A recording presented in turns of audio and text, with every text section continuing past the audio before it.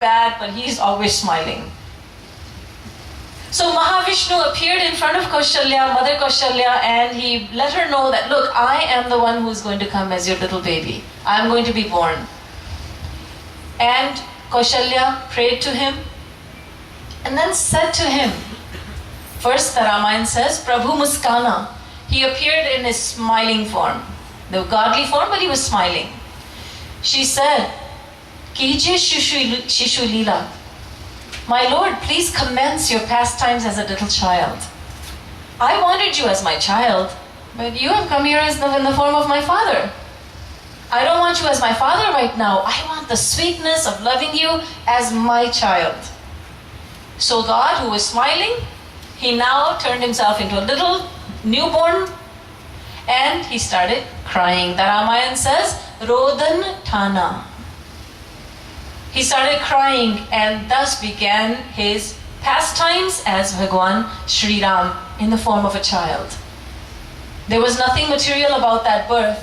What happens, and the Bhagavad explains this.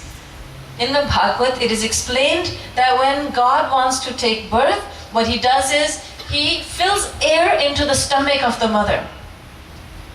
And he gives her the appropriate feelings. She feels just like any expectant mother would feel. And the mother, whether it is Kaushalya or Devaki or Yashoda, the mother feels like, I am going to have a child. And she goes through the same feelings as any expectant mother does. And her stomach keeps expanding. And when it comes time for him to appear in the world, then he appears in the form of God. And then he makes the mother and father forget everything. And then he makes them unconscious. He appears in the form of a baby. Then everyone suddenly wakes up and says, oh, a son has been born to Kaushalya. Oh, Yashoda has given birth to a child. And then the mother's stomach shrinks in exactly the same way as it happens with any mother in the world. But the Bhagavad explains there is nothing ordinary about the way that God appears in the world. His birth is divine. And then all his actions throughout his day on earth, all his actions are divine. I'll give you one little example. Once the gopis, who love Lord Krishna the most, the women folk of Vrindavan, they all wanted Krishna as their husband. All of them had one desire.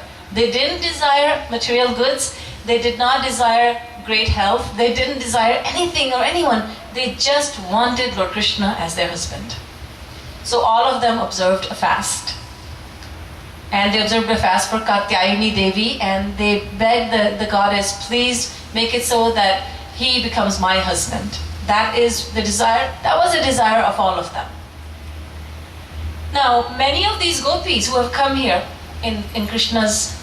during Lord Krishna's descension, they were there in different forms as sages and ascetics during Rama Avatar, during the descension period of Lord Ram. And when Bhagwan Sri Ram was passing through the jungles, Dandakaranya forest, the sages and ascetics of that forest, they were mesmerized by Bhagwan Sri Ram. They looked at him and they all thought to themselves, each and every one thought the same thing, and that is, I wish I were a female, and I wish that he were my beloved. I wish to love him as my beloved. But Bhagwan Sri Ram, his descension was not for that purpose. He silently blessed them. And inwardly he said, you will all come back as gopis when I descend to earth as Krishna. And then there's a very amusing anecdote about Shurpanakha, Ravan's sister. She went to Bhagwan Sri Ram and she fell in love with him. She said, Tum sam purush na mo sam nari. She said, there is no male like you. And she said, there is no female like me. And indeed, she had assumed a very, very beautiful form. She was not hesitant. She was not shy about making her desire clear to him, to the Lord. She says, I want you as my husband. Lord Ram would have none of that. He playfully pointed her towards Lakshman, said, my younger brother, I'm married, but you can go to him. Lakshmanji playfully turned her back to Bhagwan Sri Ram, and they kept sending her back and forth. And then Shurpanakha thought, that female over there, looking at Mother Sita, she thought that female is a problem for me. So I'll just have to eat her up. She went towards Mother Sita with the intention of devouring her, but then we all know what happened. Lakshmanji intervened and she had her ears and nose cut off. But Ramchandraji did not fault Shurpanakha. Why do you want to love me as a beloved? Why do you want me as a husband? That's a very pure desire. So inwardly he granted her a boon. Dvaparante karishyami bhavati nam manoratham. This is in a scripture called Garga Samhita. He said, you will have your pure desire fulfilled, but not right now. At the end of Dwapar age. Now is Treta age. I will come again in the end of Dwapar. I will come as Krishna and I will fulfill your pure desire. And Shurpanakha came back in Krishna avatar as Kubja, the hunchback woman who was a maidservant of Kans. But as soon as she saw Shri Krishna, she fell head over heels in love with him. And it is the rule, the law of God, that he accepts anyone who accepts him. And in the same manner as the individual accepts him. And so Kubja had her desire fulfilled through Bhagwan Sri Ram when he reappeared in earth as Bhagwan Sri Krishna. So the gopis are all, previously they were all living during most of them were living during the lifetime during the descension period of Bhagwan Sri Ram. Now they have come as the gopis, now they're having their pure desire fulfilled by having him as the beloved. So these gopis all they are begging Mother Katyayani so that she would grant them the boon. And so they are all observing a fast. Now evening time came and they wanted to break the fast. And they wanted to know, who is a good Brahmin that we can feed? They asked Lord Krishna. He said, if you want to feed a Brahmin, if you want to feed Brahmins, then I will suggest one Brahmin. And he is my guru, Durvasa Muni.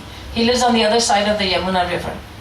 You go to him, feed him, and feeding him is equivalent to feeding thousands of Brahmins. He is such a great Brahmin. So, the gopis made preparations to go there with all their various delicacies to feed Durvasa Muni. But the problem was that the Yamuna was flooded. The Yamuna was flooded and it was evening time and no one was willing to take them across. So then they asked Shri Krishna, how do we get to the other side? Lord Krishna said, there's no problem.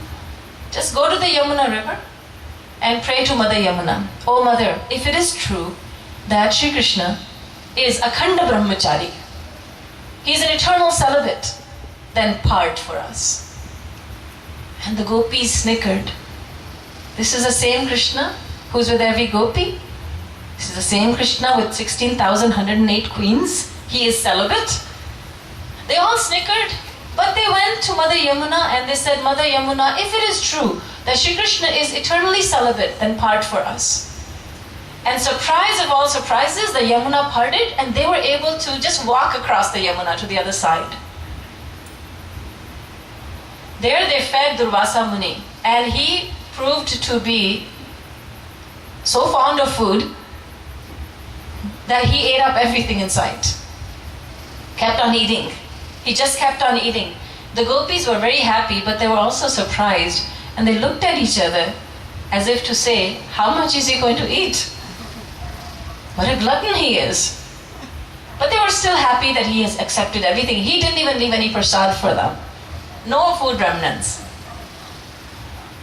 The gopis now made preparations to go back, but again the Yamuna was still flooded, so they asked the same question to Durvasa Muni. He said, that's not a problem. Oh gopis, go to Mother Yamuna and say to Mother Yamuna, if it is true that Durvasa has never eaten anything in his life except for fresh green grass, then you part for us. The gopis thought to themselves, oh, this is too much. He just ate so much in front of us, and he says he has never eaten anything but grass in his life. But once again they approached Mother Yamuna and they asked, Mother Yamuna, if it is true that Durvasa Muni has never eaten anything but grass in his life, then part for us. Once again the Yamuna parted.